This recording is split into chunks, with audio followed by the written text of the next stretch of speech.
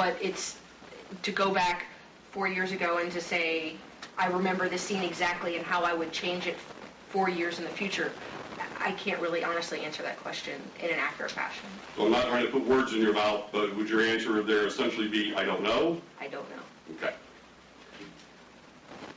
Is it true that in the course of processing a crime scene that you make an assumption that at most crime scenes, defendants tend to potentially bring something to the scene and sometimes they take things away from scenes? Is that sort of crime scene 101? Yes, it is. And your processing of a scene is based upon that presumption that certain items may have been brought to the scene that you can identify, and also the fact that certain items may have been taken away. Correct. In the course of processing this scene, did you have any reason to believe that specific items had been brought to the scene? To the best of my knowledge, no. And in the course of processing it, then you don't have specific recollection, at least at this point, of specific items that you were looking for? That's correct. As you were in the course of processing the scene, working with Detectives Morgan and Detective Pettis, did they give you any indication of specific items that you should be looking for at the scene? Yes. And what were those specific items they told you to be looking for? We were looking for possible blood evidence that was on scene. Again, we were looking for fingerprints in the blood that was on the wall, and they were looking for items to indicate who may have lived in the residence. And as you were processing the scene, did you have an understanding that Richard Anthony McTear Jr., the defendant in this cause, had at some point in time lived in the apartment? Yes. The fact that he had lived in the apartment, would that lead you to do anything different, either with regards to fingerprint evidence or potential DNA evidence? Knowing that he lived there, would I do anything different compared to what? Not knowing that he had lived there, whether he had lived there or not. Is there anything different that you would have done? Yes. What would that be? If we had an unknown subject that had never lived there, looking for fingerprints on a doorknob or something may have become relevant to the case. When we're talking about fingerprint evidence, is it your understanding, based upon your training experience, that fingerprints can last for an extended period of time? An indefinite amount of time. So certainly from the prior December until May when this offense occurred, that 6-month time period, would it be possible for a fingerprint to last on a surface, potentially at least, for a 6-month time period? Depends on the person leaving the fingerprint and the surface that it's left on. Based upon your training and experience, do you believe it's possible, when looking at a latent fingerprint, to determine the age of that latent fingerprint? No. Is there any way in the world that you're aware that that's possible? No. So if we're talking about a 6-month time period and you found a latent fingerprint, whether that fingerprint was left there on that surface in December of 2008, or whether it was left there on May 5th of 2009, you wouldn't be able to determine that. Unless there were some other factors that influenced the fingerprint, no. I meant just on the latent print alone. No. And based upon your training experience, you don't have any reason to believe that it's likely that anyone else would be able to make that determination. That's correct. With regards to DNA evidence, is it your understanding, based upon your training and knowledge and experience, that DNA evidence can continue to exist on a surface for an extended period of time? Or is there a limited period of time when DNA evidence exists? No, it would be the same thing again based on, other factors that would affect the evidence itself. And that's things like temperature and heat and moisture and weather and all of those kinds of things. That's correct.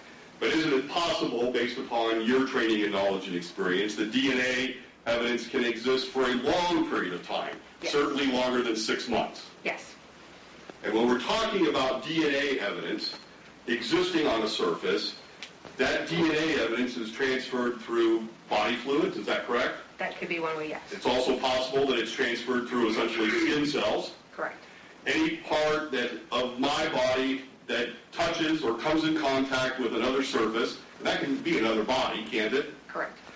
If parts of my body fluids, my skin, my hair some portion of me that contains genetic information with regards to me comes in contact with some other surface or some other body, my DNA evidence can be transferred. Can be, yes.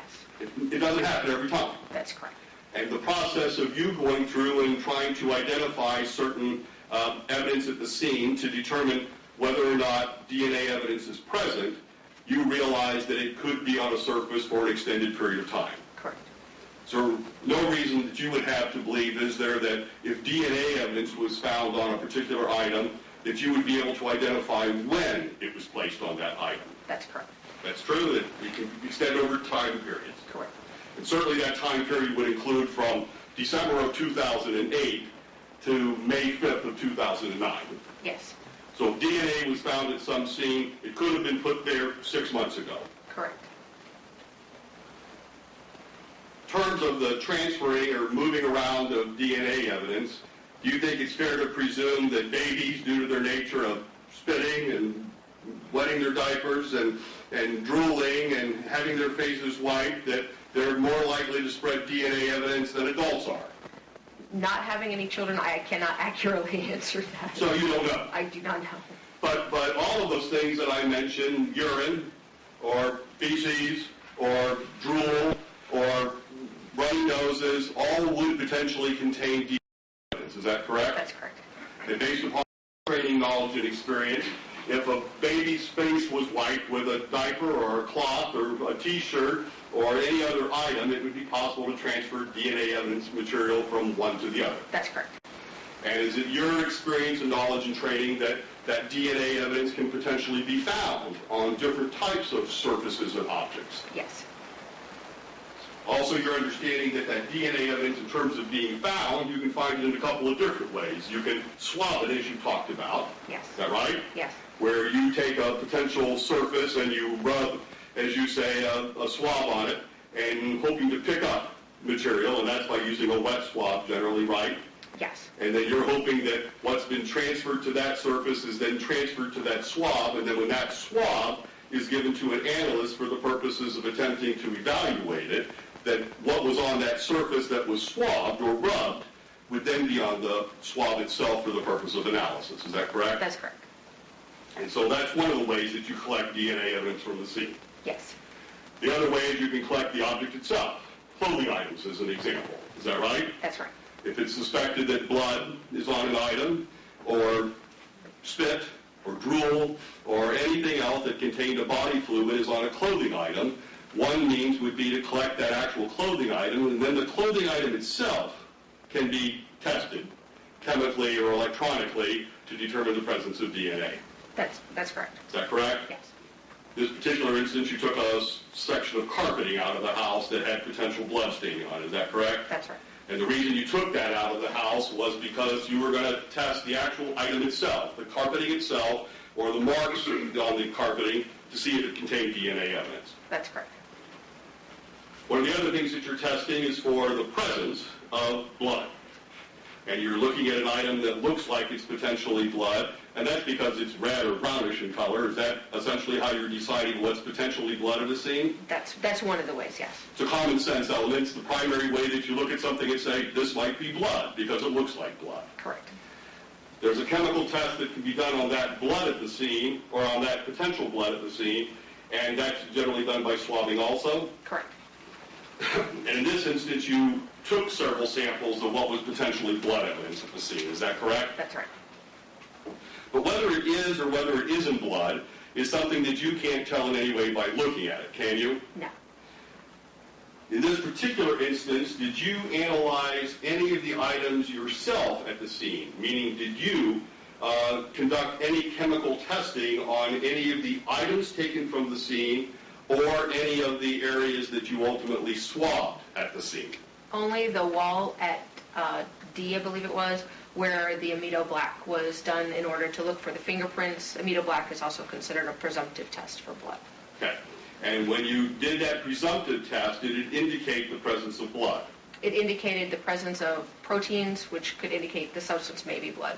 So it may have been blood, and it may have been something else. That's correct. That was protein-based. Correct. That's all essentially that presumptive test is doing, is trying to identify that. That's correct. And whether there were or were not other particular testings that were done on that blood is something that I have to look and ask somebody else. That's correct.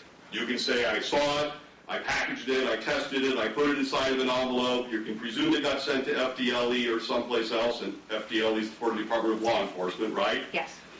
Could have been sent to there or to the FBI for testing. And the ultimate results of that testing is not something you're doing at the scene. You're essentially gathering up the information that can be used by somebody else. That's correct.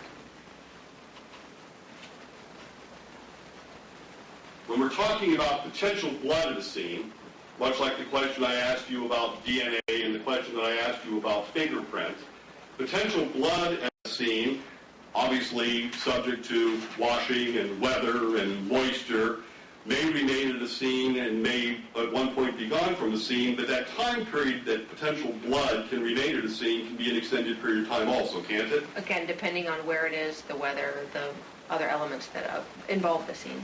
And once again, the potential of blood existing is something that at least for the time period from December of 2008 until May 5th of 2009 is a time period in which, based upon your training, knowledge, and experience, it would be possible for potential blood to remain on a surface.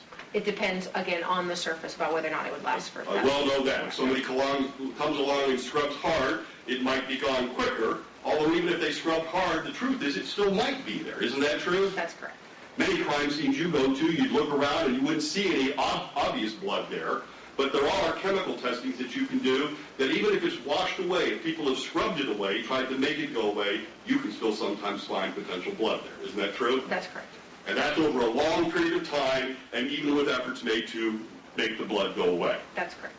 So blood evidence, we know, like fingerprints and like DNA evidence, might last for a long period of time. Yes. I presume you have training, knowledge, and experience that would tell you that that long period of time is really a very long period of time, isn't it? It's years, potentially. It could be, yes, sir. We probably don't even know the outside limits to that, but years is not beyond reason, is it? No, sir. With regards to DNA, with regards to fingerprints, and with regards to blood, all three, is that correct? That's correct. So the age of evidence at the scene is something that you don't know. No. And you probably, based on your training, knowledge, experience, presume that nobody else can figure out actual age. Again, it depends on the scene and the type of evidence. Say, for example, an apartment with a bloodstain on a wall, one would assume that it wasn't there from the previous tenants and then a new tenant's allowed to move in, that it would have been repaired. But that's for just an example of a limit. But it depends on the individual scene. It depends on the evidence. It depends on the bodily, material you're looking for. Part of what you do at the crime scene, though, is to attempt to identify those items either brought to the scene or taken from the scene that might have some sort of evidence on it that can be used for the purposes of identification. Correct. And identification for your purposes really falls into two big groups. I know there's some subgroups. Fingerprints that can be matched back to a known individual, and in addition to that, DNA evidence that can be matched back to a known individual. Is that correct? Yes. And is that, truthfully, the two biggest groups of how identifications are made at the scene? Yes. I know that there's subsets of that, and there can be fiber analysis. That's one thing, right? Yes. There can be hair analysis separate apart from DNA, actually examining the actual hair follicles themselves. Isn't that right? Right. And there are some other minor areas, but in today's world, in the scientific world that we live in, fingerprint evidence and DNA evidence are the two primary things that are being compared. Is that correct? Those are the big ones, yes. In this particular instance, were there items that were left behind? And I presume the answer is obviously yes, because it looked like there was lots of items in that house. Isn't that true? Yes. Were there items that were left behind that could have been evaluated or analyzed for the purposes of determining the presence of DNA? Yes. Isn't it true that for clothing items, once a person has worn the clothing, or sometimes even if they've just touched the clothing, but certainly if they've worn clothing, isn't there a high likelihood that DNA evidence will be found on that clothing? I can't define likelihood as being high or low. I simply don't have the information as far as the numbers. It's possible, yes. In this particular crime scene, did you observe at least what appeared to you to be women's clothing, men's clothing, and babies' clothing, or just some parts of that? No, all three. You found women's clothing, men's clothing, and baby clothing present. Yes. And also present at the scene was what appeared to be a men's jacket on the back of a chair. Is that right? I don't recall that jacket. You don't recall the jacket being present. You recall other clothing items being present, however, that weren't collected, like the items you had in the brown bag that one of the detectives said, collect these up. Yes. Some of those items were left behind. Yes. And you would presume that nobody, therefore, analyzed those items. That's correct. I know you don't know what happened the day after you were gone, but I presume you've been involved in this investigation. Do you have any reason to believe other items were taken from that house on other days for the purposes of processing? I don't know that information at all. Be beyond your knowledge. It would.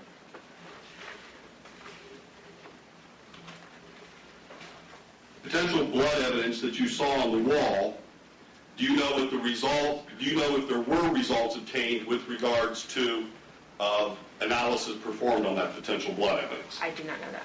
So if there was or there wasn't is just outside of your knowledge. Correct. We went through a series of photographs that we saw in the Elmo. Are those all of the photographs you took at the scene that day? No. There were other photographs. Yes. And I know we've seen a general overview of various photographs taken at the scene, but if what we saw this morning, was that the majority of photos taken from the scene, or a minority of photos taken at the scene, or do you just not know based upon your observations? According to my report, if I can reference that, I took 119 photographs, so clearly we didn't see 119 photos. I believe we saw a total of 60 photographs here this morning. So about half. So there were other photographs taken that were generally also taken of the scene. Yes. And that would have been photos taken both inside the scene and photos taken outside of the scene? Yes.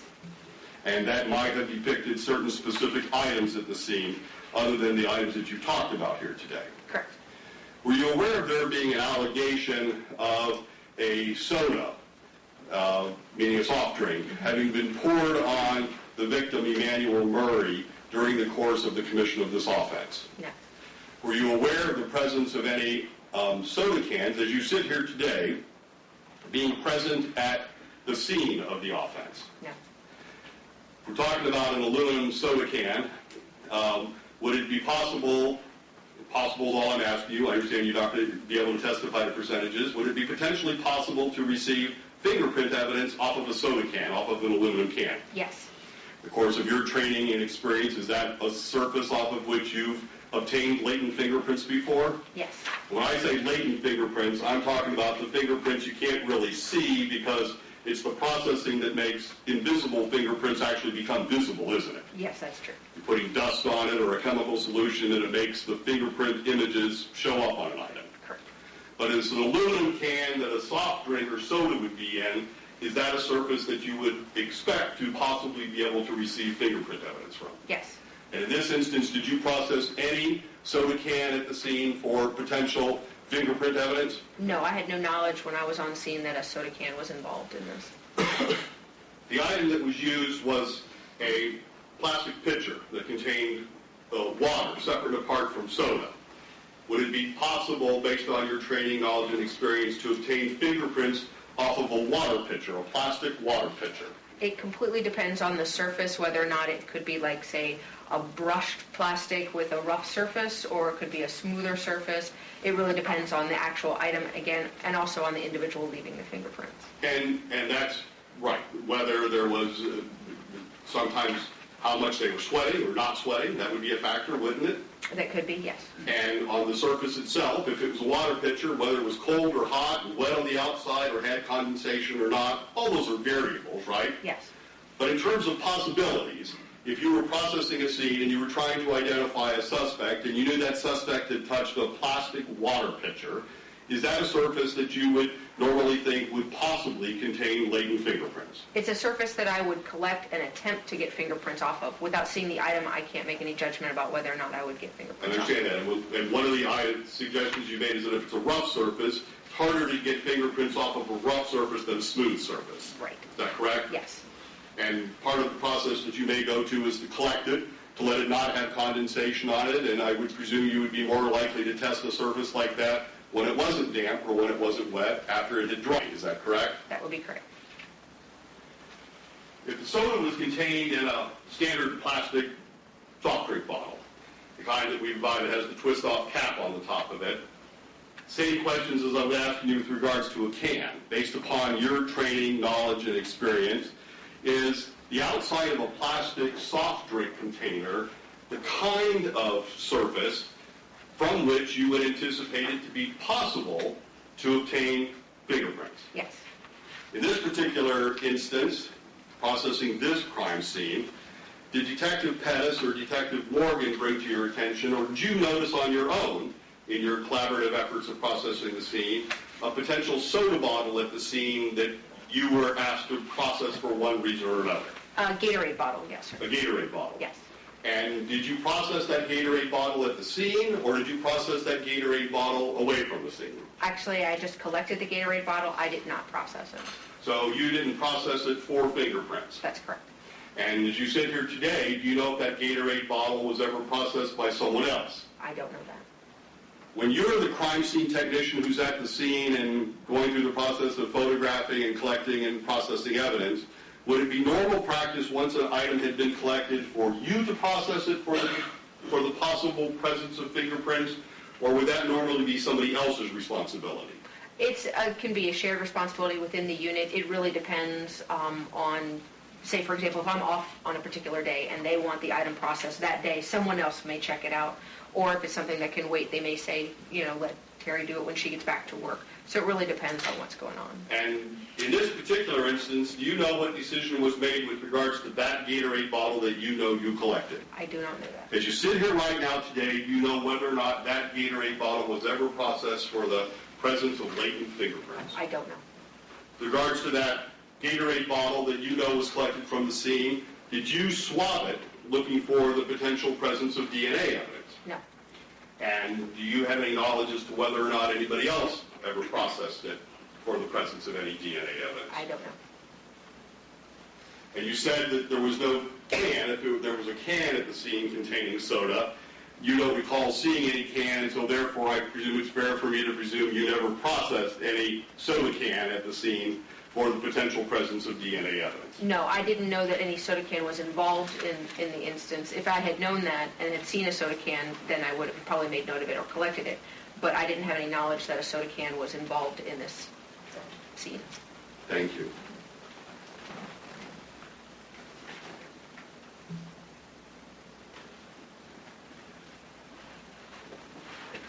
Were you assisted at the scene by someone else?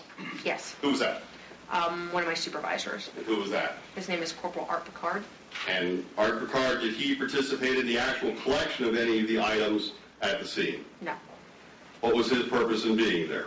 He assisted me when I needed to take measurements of the different rooms and the different items of evidence. So he held the other end of the tape measure. Correct.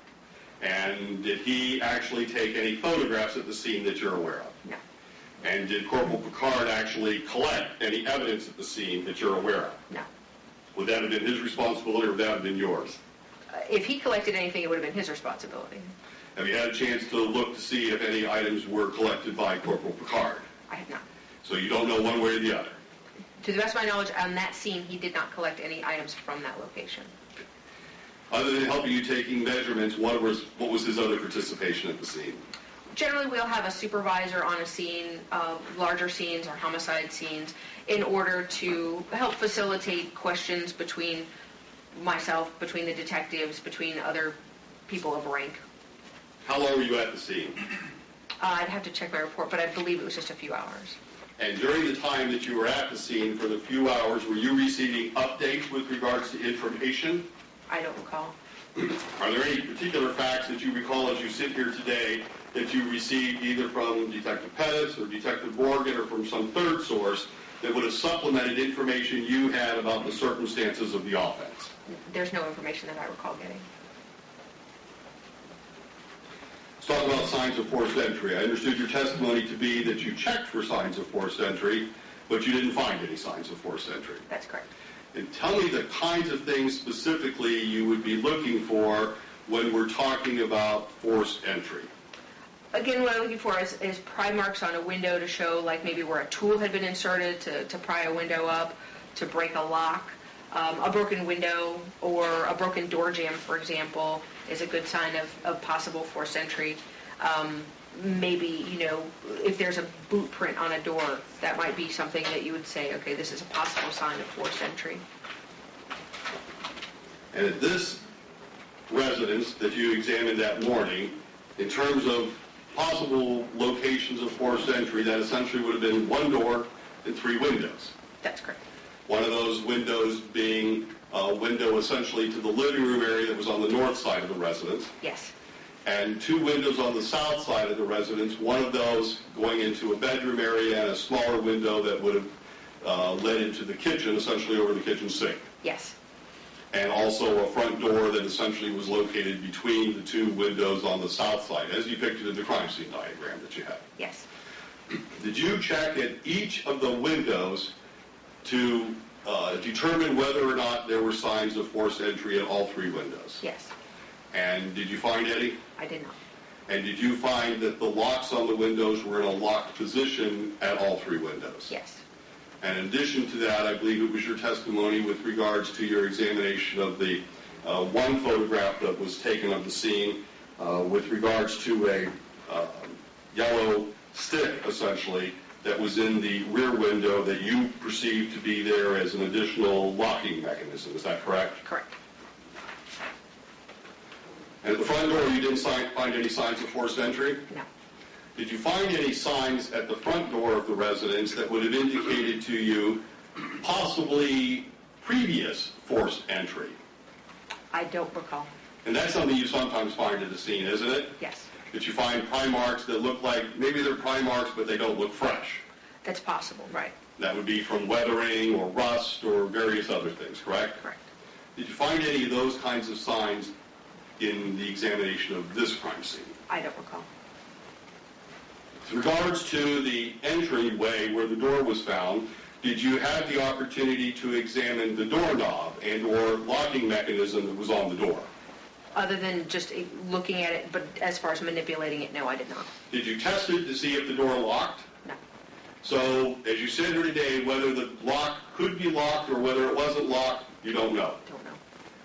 Do you recall, as you sit here today, whether there was a separate doorknob and a separate deadbolt, or was it all one locking mechanism? Do you recall? I don't recall. The photographs may show, but I don't recall. Yeah. So whatever the photographs, they speak for themselves with regards to that. Yes. You have no additional knowledge with regards to the door itself. That's correct. When you got to the scene, was the door already open? I don't recall. You don't recall ever opening it or closing it one way yourself, though? I do not recall. Was the front door itself ever processed for the potential presence of latent fingerprints? Not by me. Isn't a doorknob or an entryway into a residence, especially when there's no forced entry, a place that a crime scene would generally be processed for the presence of latent fingerprints? Yes. But in this instance, that didn't occur. Not by me. And was that a specific decision made by you that you recall? I don't recall why I did not process the door. It's possible that someone else had already processed it before I arrived. But you don't have any knowledge of that?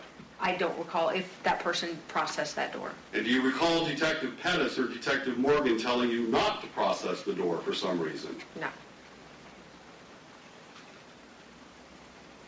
You described in terms of the testimony that one clothing item, a white tank top that was found at the scene, was seized by you, placed into evidence, and you made the presumption based upon your observance of that item here today that it had gone to FDLE. Is that correct? Yes. And that presumption was made based upon the fact that your original markings were on the envelope, and also there appeared to be evidence tape or additional markings that you were presuming was from FDLE. Correct. Why did you presume it was from FDLE? They have their a distinctive label that they put on their items, plus they also have red evidence tape that's marked with FDLE, that's similar way that ours is marked with the Hillsborough County Sheriff's Office. So as a result of that, you just made a reasonable presumption it had been sent and presumably tested in some way by FDLE. Yes. You also referred to the fact that there was a baby's onesie that you had seized as an item of evidence at the scene. Is that correct? Yes. I believe looking at your at your notes, that would be item number 11 that you described as being a onesie that was possibly blood-stained by marker H. Is that correct? Yes. Have you had the opportunity to examine that item to see whether or not there was indications on that item that it had been sent to FDLE for testing? I have not. So you have no idea one way or the other whether that item was ever tested? That's correct. And therefore the results of any testing that may have occurred to that item? Right. Is that fair? Yes. In addition to the items that we've generally referred to, I understand from your report that you also seized some other items at the scene. Actually, a total of 13 items were collected at the scene, correct? No, actually, there were 20 items, and then 2 from apartment G. Okay. 20 items being in 2 different inventory control numbers, 1 through 13 in one control number and 14 through 20 in the other. Is that correct? That's correct. The items that were contained in the total of 20 collected items of evidence, do you know how many of those specific 20 items that were collected were ever processed for the presence of either latent fingerprint evidence or DNA evidence? As far as latent fingerprint evidence, no, I don't know that, and I believe that the pacifiers were sent off for DNA analysis, but I don't know the results of that. Did you conduct, on the 20 items of physical evidence that were seized from the scene, did you conduct any specific additional testing on those items once they had been collected from the scene? No. And I presume you have your report in front of you? Yes. If I can just go through those item by item with you. Item number 1 indicates a swab of possible stained blood at marker A, and that's already been referred to here today, correct? Yes. And then a pacifier at marker B, and that's been referred to here today, correct? Yes. And then a baby carrier at marker C. Did you process that baby carrier in any way? No. On the surface of the baby carrier, that was presumably a partially plastic and partially metal item, potentially also cloth? Yes. Did you process it yourself in any ways for either the presence of DNA evidence or for latent fingerprint evidence? No. Is there anything about the general surface of a baby carrier that would suggest to you that it would not be able to be processed for either DNA evidence or latent fingerprint evidence? Again, without looking at the plastic surface, it's hard to determine whether or not it would be a good candidate for latent print development. And then item number 4 was a pacifier found under the carrier, and you conducted no testing on that, correct? Right. And a swab of possible blood stain evidence at marker D, a location that's indicated on your crime scene diagram. You didn't test any of that? No. There's also swabs of hole evidence at marker E and marker F. And we've seen photographs of those holes at the scene. Is there anything about those holes that would have indicated to you that they were fresh damage or recent damage? It's not able to be determined. Well, one of the things I think we could potentially look for is if there was damage to a plaster or a drywall wall, is we can look to see whether there was indication of fresh plaster or fresh drywall on the ground. Is that something reasonable to look for at a crime scene? Yes. Do you recall in this particular instance looking to see whether there was indication of fresh damage to the wall in the form of either drywall or plaster dust that was found near where the damage to the walls were found? I don't recall. So if it was there or if it wasn't there, you just don't know. Do you recall photographing with close-ups the areas beneath where the holes were found at the scene? Beneath them, like to the On the ground, on the floor? Oh, no, I didn't. So whether there was or there wasn't evidence, you don't know? That's correct. And you have no idea how long the holes had been there? That's correct. So they could have been there for days, weeks, months, or years? I don't know. Then you talked about the comfort already. Then there was a swab of a stain at marker H, and you didn't conduct any additional examination on that? I did not. And the blue blanket you referred to, possibly stained, you referred to, and the onesie you've referred to, both of which were collected as evidence, but you conducted no additional analysis on them. Is that correct? That's correct. The dark blue blanket by marker H, was that analyzed in any way by you at the scene or just collected and packaged? Just collected. So whether there was or wasn't any blood on that item is unknown to you? That's correct. The item marked as item number 13, a black T-shirt under a blanket by marker H. Why, do you recall, was that particular item collected, if you know? Because it was underneath the blanket, and it was like a part of the kind of grouping of those items. And so the reason that was selected out of all the clothing items that were at the scene was its proximity to the blanket. Correct. And it was in direct proximity to the blanket? Yes. And based upon your training, knowledge, and experience, was it in sufficient proximity that if there was DNA evidence on one of those items or the other, that it was in enough contact with each other that possibly DNA evidence could have been transferred from one item to the other item? That's impossible for me to answer. I don't know if the proximity of it would have been enough. That's just simply something that's outside the scope of my expertise. That's fine. Then you talked about the white tank top that was found under the hassock, and then the laundry basket itself was collected? Yes. And is that a plastic laundry basket? Yes.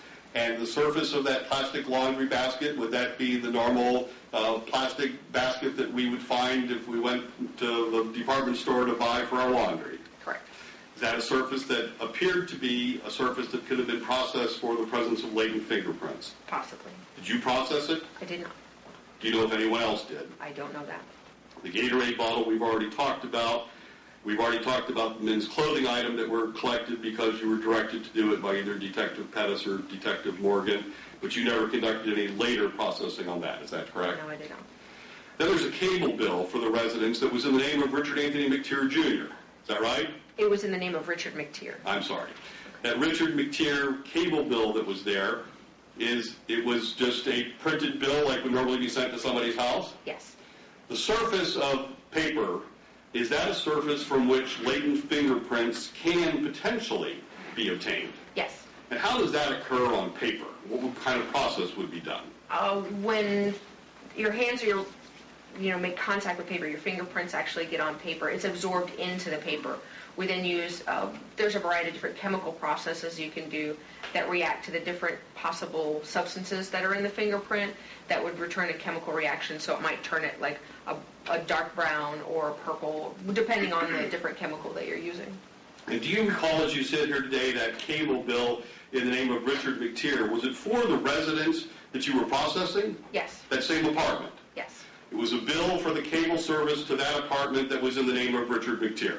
I don't know that it was for service at that apartment. I could tell you is that it had that Richard McTear was the name on it, and it was to that address. As far as the service address, I don't know without looking at the bill. Okay. But you do at least recall that it was sent to Richard McTear at that address? Yes.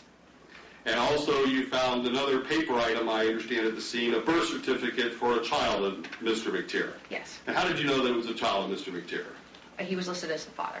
Okay, and on that it was on a paper birth certificate? Yes. Not laminated in any way, just a copy of a birth certificate? I don't believe it was laminated, no. And did you process that paper for the potential presence of any latent fingerprints? No. I referred briefly to you, I believe, with regards to a carpet sample that was literally cut out of the floor and taken as potential evidence. Yes. And is it your testimony here also that you didn't participate in actually processing that carpet swab or that carpet section in any way? No, I did not. Maybe it was, maybe it wasn't, you don't know.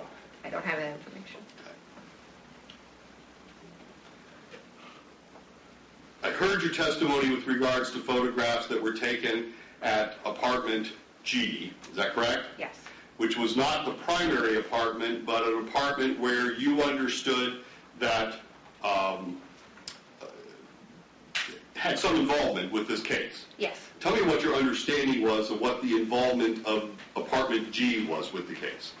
My understanding was that a neighbor had come out and offered some comfort to the mother of the victim and had brought out a cold cloth, a wet cloth like as a compress to wipe her face and to help soothe her. And when you say the mother of the victim, is that someone that was identified to you as Jasmine Bedwell? Yes. And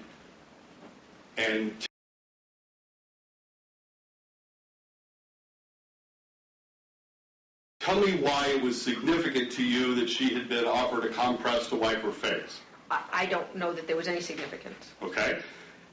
Why is it, if you know, that you were requested to process the presence of the cloths at apartment G? Because I was asked to. That's it. Somebody said, would you please do this? And you said, yes, sir. Yes. And so you went and took photographs of the items? Yes. And did you also collect the items? Yes, I did. And place them into evidence? Yes. So why it was significant to look at those two cloth items that were found in some other apartment you just don't know the answer to. That's correct.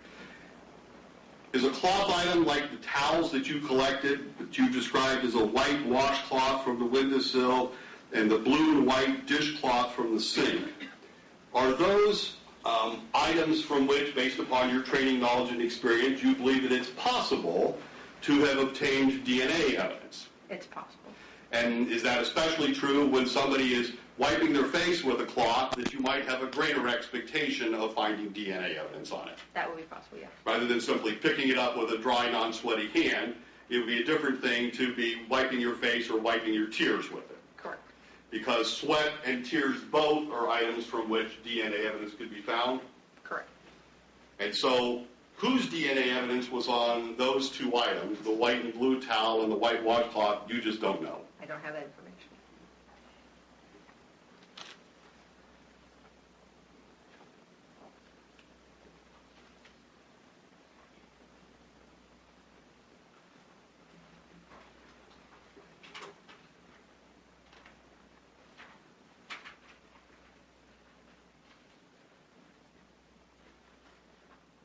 In the course of processing the crime scene, did Detective Pettis or Detective Morgan, or anybody else for that matter, any other people involved in the investigation, ever talk to you about potential evidence at the scene belonging to a young man identified as Ladarius Moore? No. Is that a name you've ever heard about in the course of processing this crime scene? No. Did you ever look for any paperwork at the scene that might have had his name on it? I don't recall there being any paperwork with a different name on it. No. Did you hear about any possible clothing items related to him that were potentially at the scene? No.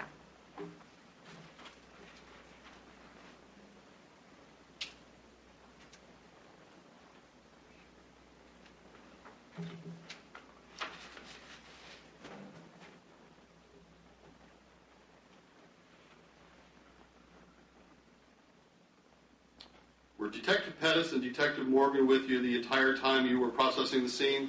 Yes, to the best of my recollection. Do you know who ultimately secured the crime scene after you completed? No.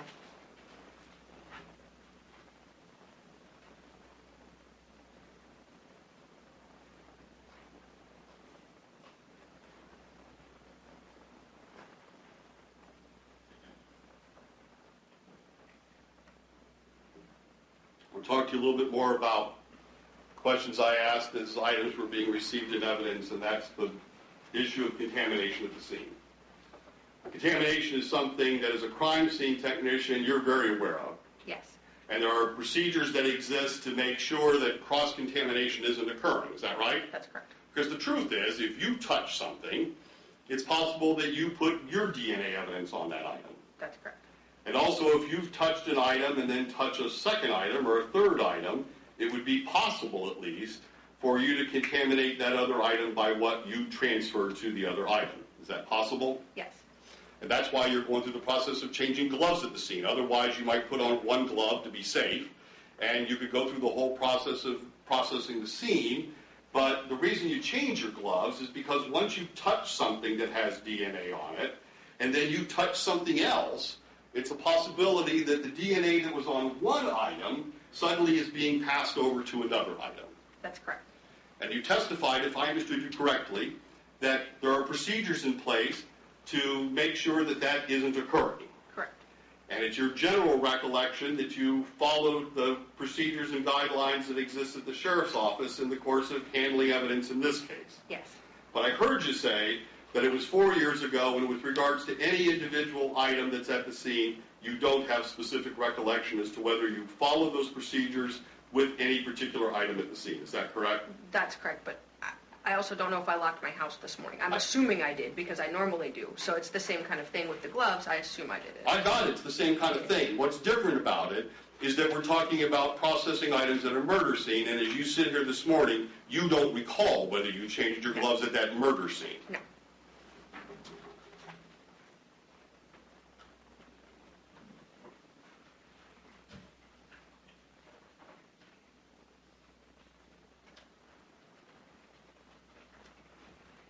I have no additional questions, Your Honor. Thank you. Redirect.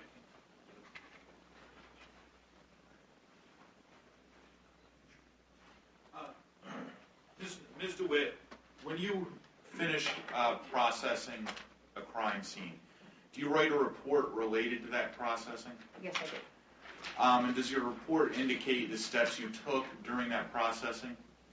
In general, yes.